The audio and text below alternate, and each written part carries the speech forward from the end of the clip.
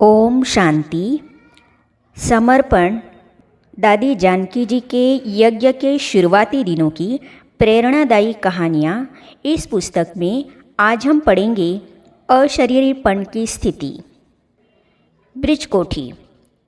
एक समय ऐसा भी आया जब यज्ञ में कुछ भी नहीं था, यहाँ तक कि खाने के लिए भी कुछ नहीं था। यह समय बेगरी पार्ट के नाम से प्रसिद्ध हुआ।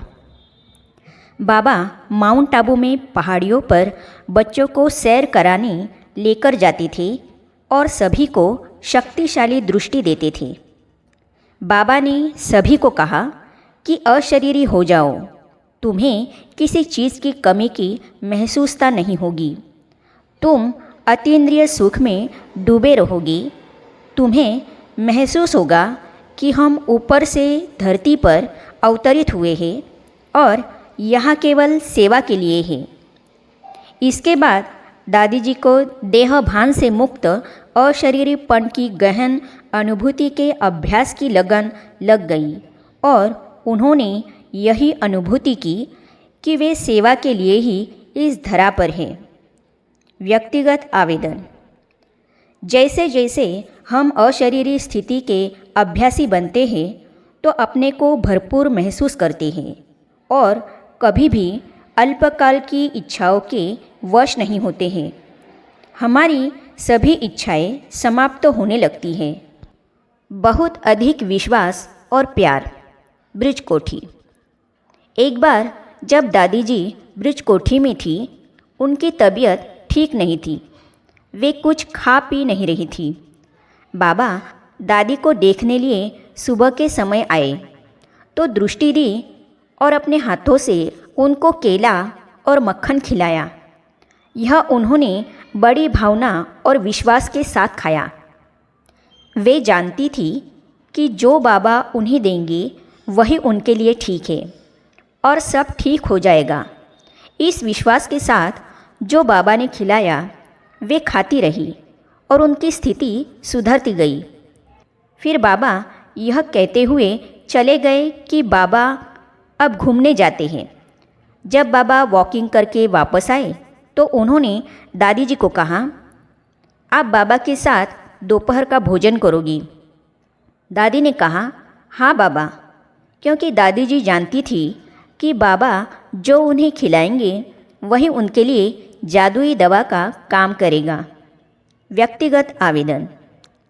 बाबा साथी है लेकिन रूहानी सर्जन भी है।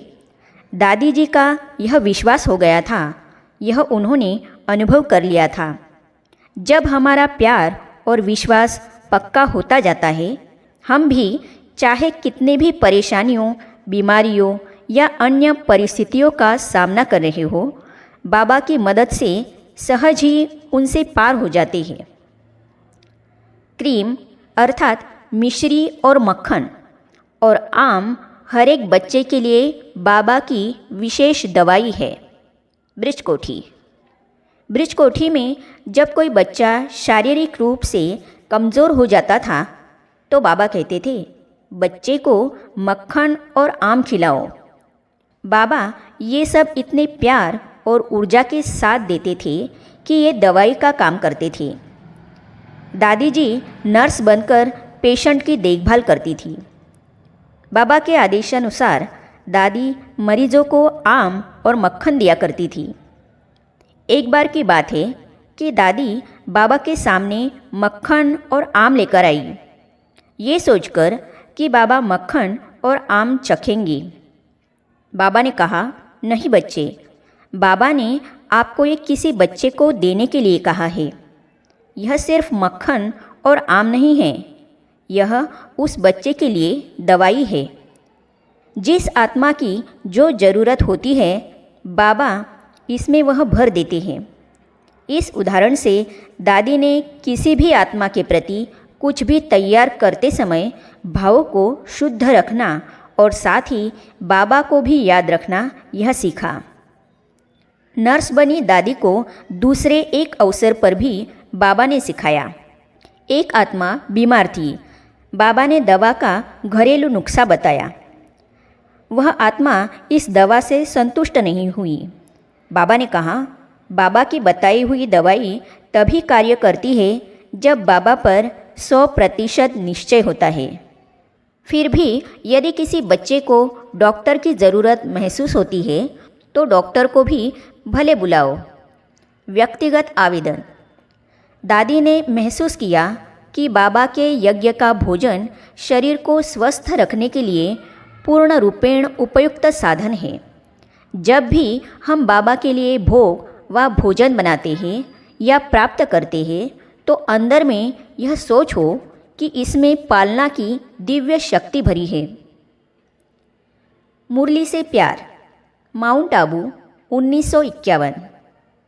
एक बार दादी जी की तबीयत ठीक नहीं थी और डॉक्टर ने उनको पूर्ण रीति से आराम करने के लिए कहा। उन्हें कमरे में बेड पर ही रहने के लिए कहा गया। शाम होते होते दादी इस बात से थोड़ी भावुक हो गई और उदासी में आंसू आने लगे। बाबा ने दादी जी के इस प्रकार निराश होने का समाचार सुना। वे दादी जी के कमरे में आए और पूछा, क्या हुआ? बाबा, आपकी क्या मदद कर सकता है? दादी ने कहा, मैं आपकी मुरली नहीं सुन पाऊंगी क्योंकि डॉक्टर ने कहा है पूर्ण रूप से बेड रेस्ट करो। यह सुन करके बाबा ने दादी जी के मुरली के प्रति प्यार को महसूस किया। यह जानने के बाद बाबा ने दादी जी के कमरे में एक भाई से कहकर माइक्रोफोन और स्पीकर लगवा दिया। यह यज्ञ में पहली बार हुआ कि किसी के कमरे में माइक्रोफोन सेट किया गया और स्पीकर लगवाया गया। अगले दिन बाबा ने मुरली चलाई। दादी जी बेड पर लेटे हुए मुरली सुन पा रही थी। फिर भी उसी दिन बाद में दादी मायूस होने लगी और आंसू भी आ गए। बाबा दादी जी के पास आए और पूछा, क्या हुआ बच्चे? इस पर दादी जी ने कहा, इस संगम युग पर जब आप मुरली चलाते हैं तो मैं आपको देखना भी चाहती हूँ। मैंने आपको सुना लेकिन आपके चेहरे के प्यार भरे हाव भाव को नहीं देखे। बाबा ने पूछा, बच्चे आप क्या करना चाहते हो? दादी जी ने कहा, बाबा जब आप मुरली चलाते हो तो मैं आपको देखना चाहती हूँ और आपकी दृष्टि भी लेना चाहती हूँ।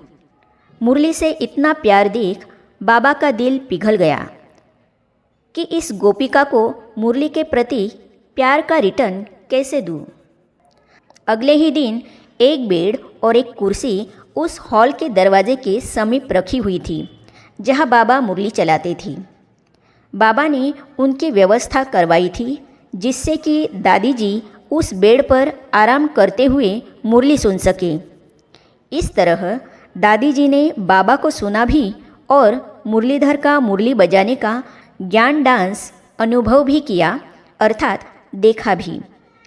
व्यक्तिगत आवेदन।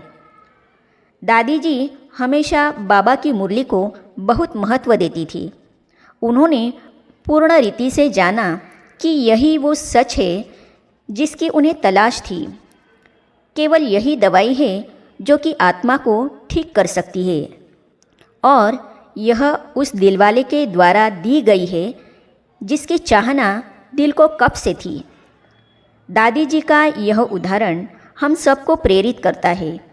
यह सब कुछ हमारी चेतना की जागृति और उस एक के साथ हमारे संबंधों पर निर्भर करता है। बाबा की फॉर्म, फीचर और एक्टिविटी को फॉलो करना। अमृतसर। अमृत वेले के बाद मुरली से पहले बाबा मुरली पर विचार सागर मंथन करते थे। एक बार दादी जी अमृतसर में थे तो बाबा ने दादी को कहा कि मुझे विश्वास है कि हर सुबह आप मुरली का विचार सागर मंथन करते हैं। उस समय दादी जी इस तरह की प्रैक्टिस में इतने परिपक्व नहीं थे। दादी ने कहा, बाबा मुझे सीखना है मुरली को कैसे उगारा जाए। इसके बाद दादी जी प्रतिदिन अमृत वेले के बाद मुरली पर विचार सागर मंथन करने लगी। ऐसे में दादी जी को मुरली उगारते हुए बाबा का चेहरा, बाबा की दृष्टि सदा सन्मुख रहती थी। इससे समय के साथ साथ दादी बाबा की पर्सनैलिटी को प्राप्त करने लगी। व्यक्तिगत आवेदन। यह शिक्षा हम पर भी लागू होती है। हर दिन अमृत वेले के बाद हम बाबा का चेहरा और चित्र अपने सामने रखें और बाबा की मुरली का विचार सागर मंथन करते रहें। इस तरह हम मुरली मंथन से बाबा के संस्कारों की धारणा और बाबा की फरिश्ता पर्सनैलिटी को अपने अंदर धारण कर सकते हैं। आगे हम पढ़ेंगे साक्षी दृष्टा और सकाश देना। अमृतसर 1950 का दशक। एक बार जब दादी अमृतसर में थी तब बाबा अमृतसर की यात्रा पर आए थे। एक माताजी उनके पास आई। वह बहुत परेशान थी क्योंकि उनके परिवार के सदस्यों को कुछ हो गया था। तो इसे हम पढ़ेंगे अगली कड़ी में। तो ये जानने और पढ़ने के लिए इस चैनल को सब्सक्राइब करने के साथ ही साइड में जो बेल आइकॉन है उसे भी क्लिक कीजिए ताकि आने वाली सभी वीडियो और अब तक की सारी वीडियो आप तक पहुंचती रहेगी। ओम शांति।